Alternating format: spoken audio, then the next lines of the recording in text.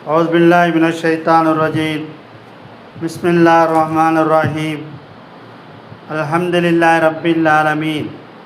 والصلاة والسلام على سيدنا ونبينا مولانا محمد وعلى آله وصحبه أجمعين.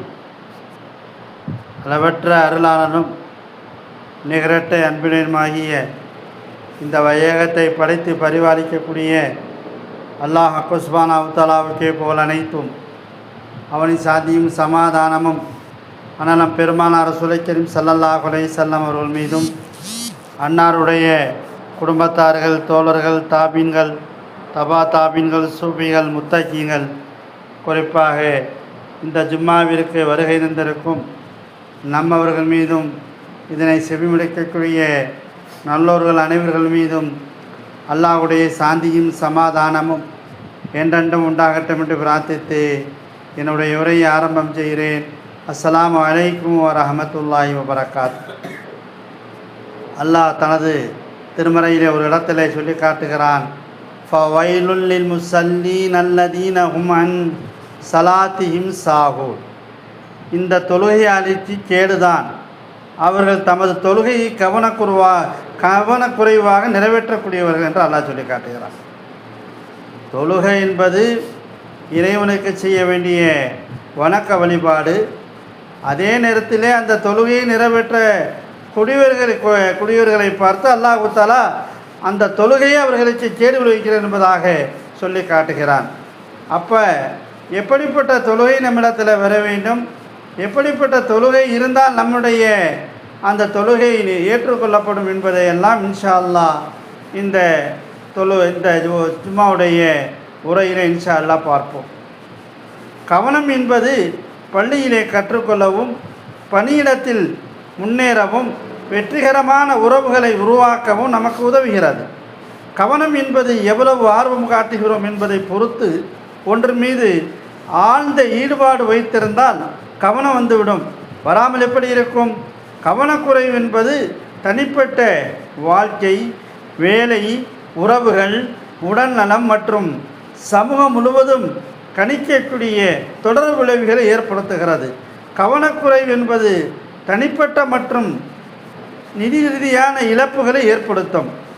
Bike, car, bus, lorry, ரயில், கப்பல், விமானம் போன்ற வாகனங்களில் ஓட்டுநர்களின் கவனக்குறைவால் ஏற்படும் சாலை விபத்துகள் மூலமாக உயிரிழப்புகள், உடைமை இழப்புகள், உடல் உறுப்புகள் இழப்பு, கடுமையான காயங்கள் ஏற்பட்டுவிடக்கூடுகின்றன. கவனக்குறைவால் வீடு, கடை, அலுவலகத்தில் கதவுகள் மற்றும் ஜன்னல் சரியாக பூட்டப்படாததால் ஏற்படும் கொலை மற்றும் கொள்ளையால் உயிரிழப்பு, பொருளாதார இழப்புகள் ஏற்படலாம். மருத்துவரின் கவனக்குறைவால் தவறான சிகிச்சை முறையால் நோயாளிகள் உடல் மற்றும் பொருளாதார ரீதியாக பாதிக்கப்படலாம். கட்டிட இன்ஜினியர் மற்றும் கொத்தனார் போன்ற வேலையாட்களின் கவனக்குறைவால் எதிர்பார்த்த அமைப்பிலே கட்டடம் கட்டப்படாமல் போகலாம். விரைவிலே கட்டடம் இடிந்து விழுந்து உயிரிழப்பு மற்றும் பொருளாதார இழப்புகள் ஏற்படலாம்.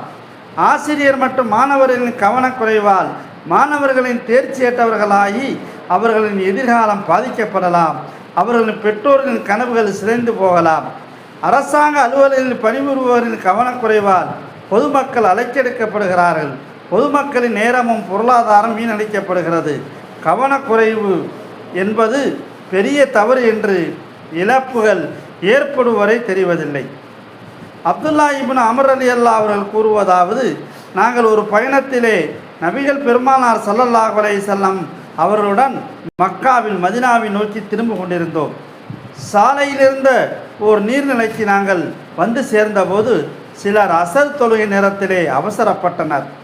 அதற்காக அவசரமாக ஒழு என்னும் அங்க தூய்மை செய்தனர். நாங்கள் அவர்களிடம் போய் சேர்ந்தபோது அவருடைய குதுங்காலில் தண்ணீர் விடாமல் சொட்டையாக அவையை காட்சியளித்தன. வயலுல் லிஹக்காமி மினன் நாரி ஸ்பிகூல் ஒழுவ. சரியாக கழுவப்படாத இத்தகைய குதிங்காலுகைக்கு நரக வேதனை தான், ஒழுவை முழுமையாக செய்யுங்கள் என்று கூறினார்கள். அபு ரவ்வா ரலியல்லாஹு அவர்கள் கூறுவதாவது, ஒரு நாள் நபிகள் பெருமானார் ஸல்லல்லாஹு அலைஹி வஸல்லம் அவர்கள் எங்களுக்கு ஃபஜ்ர் என்னும் அதிகான தொழுகையை தொழ வைத்தார்கள். அப்போது ரூம் அத்தியாயத்தை ஓதினார்கள். அதில் அவர்களுக்கு தடுமாற்றம் ஏற்பட்டது. அன்னார் தொழுகையை முடித்துவிட்டு திரும்பியதும் நமக்கு தொழுகையிலே குர்ஆன் ஓதும்போது குழப்பம் ஏற்படுகிறது. உங்களில் சிலர் முறையாக ஒழுவை செய்யாமல் நம்முடன் தொழுகிறார்கள். எனவே யாராவது நம்முடன் தொழுகையிலே கலந்து கொண்டால் அவர் முறையாக ஒழு செய்து கொள்ளட்டும் என்று மக்களை பார்த்து கூறினார்கள். தொழுகைக்காக ஒழு செய்பவர் கவனக்குறைவால் ஒழு உறுப்புகளை அரைகுறையாக கழுவும் போது அதனால் அவர் நரகத்தில் தண்டனை அனுபவிக்க நேரிடும். மேலும் அவர் அரைகுறை ஒழுவுடன் ஜமாத்து தொழுகையிலே கலந்து கொள்ளும் பொழுது அவரால் இமாமுக்கு தொழுகையிலே தடுமாற்றமும் ஏற்படுகிறது. ஒழுவின் குறைந்தபட்சம் அளவுகோல் ஒவ்வொரு உறுப்பையும் கழுவும் போது ஓரிரு சொட்டாவது தண்ணீர் கீழே விழ வேண்டும். அவ்வாறு இல்லை என்றால் உறுப்புகளை கழுவியதாக கணிக்கப்படாது. உடல் உறுப்புகளில் தார், மெழுகு, கிரீஸ், தடிப்பான மை, நகைச்சாயம் போன்ற ஏதேனும் படித்திருக்கும் போது நகத்தின் மீது தோலின் மீது திரை ஏற்பட்டு விடுகிறது. எனவே தண்ணீர் உடலில் சென்றடைவதற்கு தடை ஏற்படுத்தி விடுவதால் இவைகள் இருக்கவே ஒழுவும் குளிப்பும் நிறைவேறாது. முதலில் அதை சுரண்டி சுத்தம் செய்த பிறகுதான் ஒழு செய்ய வேண்டும் என்பதை நாம் கவனத்திலே வைக்க வேண்டும். தொழுகைக்கு மிகவும் முக்கியமானது மன அமைதி. முறையான ஒழுவின் மூலம் மன அமைதியும் கிடைக்கிறது.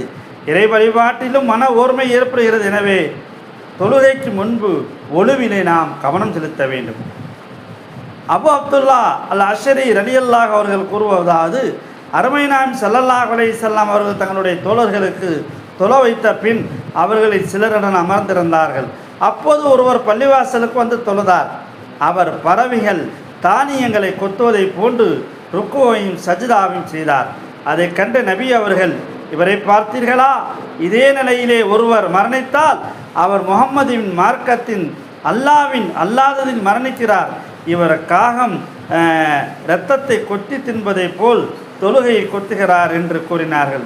இன்னைக்கு அப்படித்தான் ஒரு சிலர்களுடைய தொழுகையினுடைய நிலை அப்படித்தான் இருக்கிறது.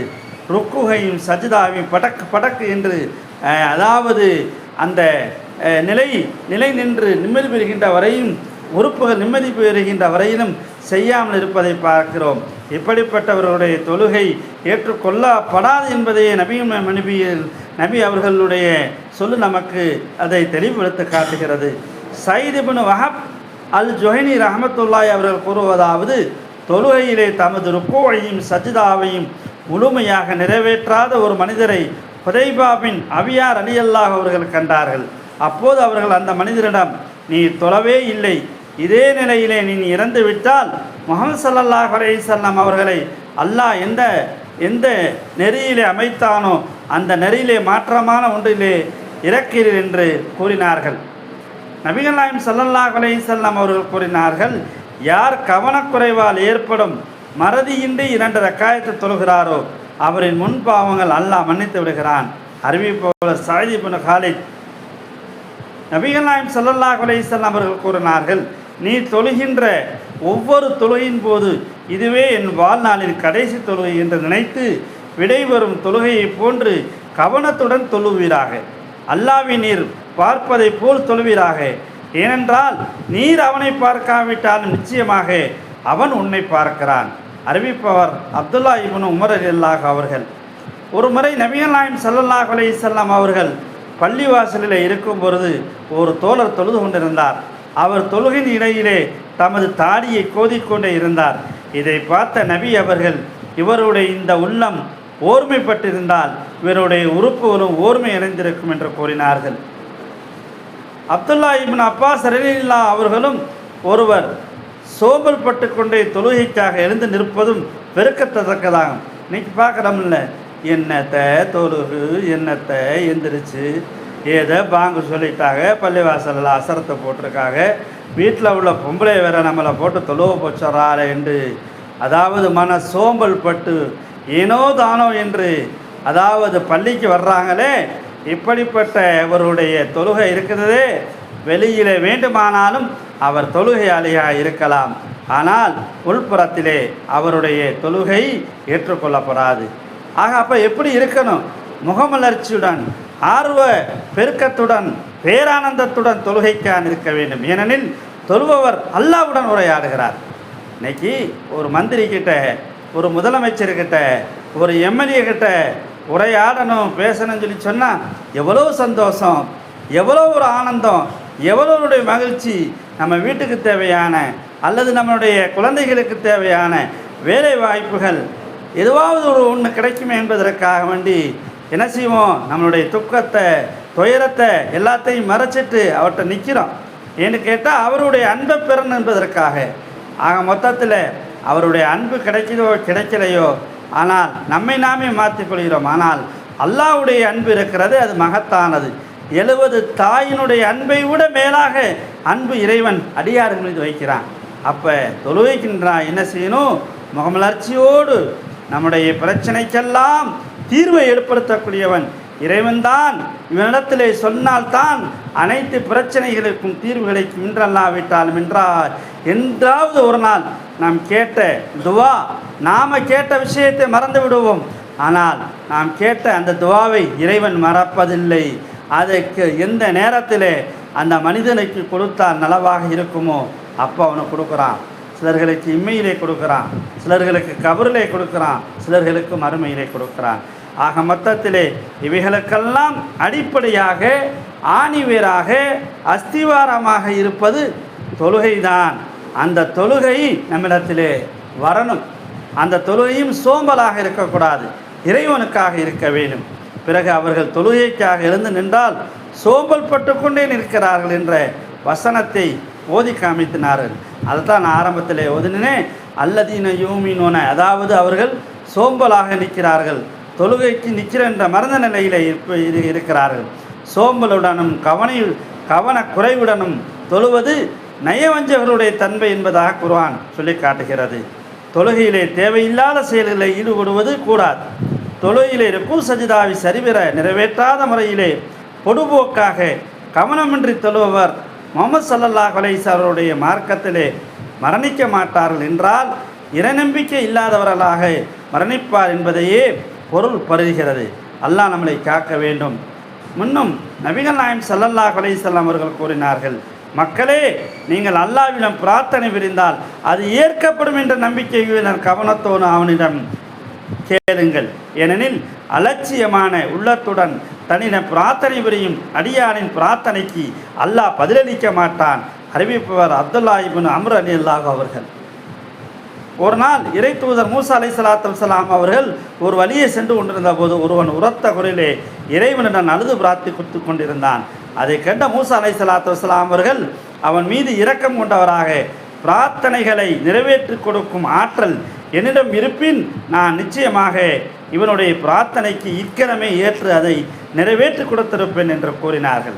அப்போது இறைவன், மூசாவே, நான் உம்மை விட அவன் மீது இரக்கம் குணம் கொண்டவன், எனினும் அவனுக்கு சில ஆடுகள் உள்ளன, அவற்றின் மீது தன் உள்ளத்தை பதிய வைத்து கொண்டு என்னிடம் வாயளவிலே பிரார்த்திக்கிறான், உள்ளம் சேராத பிரார்த்தனைகளை நான் ஏற்றுக்கொள்வது என கூறினான்.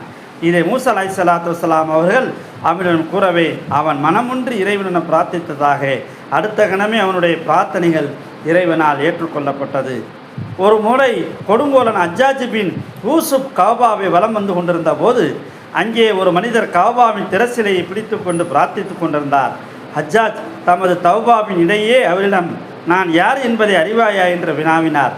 அதற்கு அவர், நான் பார்வையற்றவன், எனவே எனக்கு உங்களை யார் என்று தெரியாது என்றார். ஹஜ்ஜாஜ், நான் தான் ஹஜ்ஜாஜ் இப்னு, நீ என்ன பிரார்த்திக்கிறாய் என்று வினாவினார். அதற்கு அவர், எனக்கு பார்வை கிடைக்க பிரார்த்திக்கிறேன் என்றார். ஹஜ்ஜாஜ், நீ இந்த பிரார்த்தனையை எவ்வளவு ஆண்டுகளாக பிரார்த்திக்கிறாய் வினாவினார். அவருக்கு பல ஆண்டுகளாக இதனை நான் பிரார்த்திக்கிறேன் என்றார். ஹஜ்ஜாஜ், அப்படியா, சரி, உமக்கு இறுதியாக ஒரு வாய்ப்பு தருகிறேன். அதாவது நான் இப்பொழுது 3 சுற்றை முடித்துள்ளேன். நான் 7ஆம் சுற்றை முடிப்பதற்கு உமது கண் பார்வை கிடைக்க வேண்டும், இல்லையெனில் உம்மை நான் கொல்ல உத்தரவிடுவேன் என்று ஹஜ்ஜாஜ் சொன்னார். அதற்கு பிறகு அவர், இறைவா, தயவு செய்து நீ எனக்கு கண் பார்வை தருவதன் மூலம் உயிர் பிச்சை கொடு. தற்போது எனக்கு கண் பார்வை கிடைக்காவிட்டால் ஹஜ்ஜாஜ் என்னை கொன்று விடுவான், அவன் அப்பேறிப்பட்டவன் தான் என்பதை நீ அறிவாய் என்று மிகவும் மனமுருகி பிரார்த்தித்தார். அப்போது அல்லாஹ் அவருக்கு கண் பார்வையை வழங்கினான். ஹஜ்ஜாஜ் 7 சுற்றை முடித்துவிட்டு அவரிடம் வந்து, என்ன, உனக்கு கண் பார்வை கிடைத்து விட்டதா என்று வினவினார். ஆம், அது கிடைத்து விட்டது என்றார். அப்போது ஹஜ்ஜாஜ், நீ இப்பொழுதுதான் முறையாக பிரார்த்தித்துள்ளாய் என்று கூறினார். அன்பிற்குரிய அல்லாஹ்வின் நல்லடியார்களே, தொழுகையிலே நிற்கும் பொழுதும் மன ஓர்மையோடும், அதாவது இறைவனுக்கு முன்னால் இருக்கிறோம், இறைவன் நம்மளை பார்த்து கொண்டிருக்கிறான் என்ற அந்த மன ஓர்மை நீர் இருக்க வேண்டும்.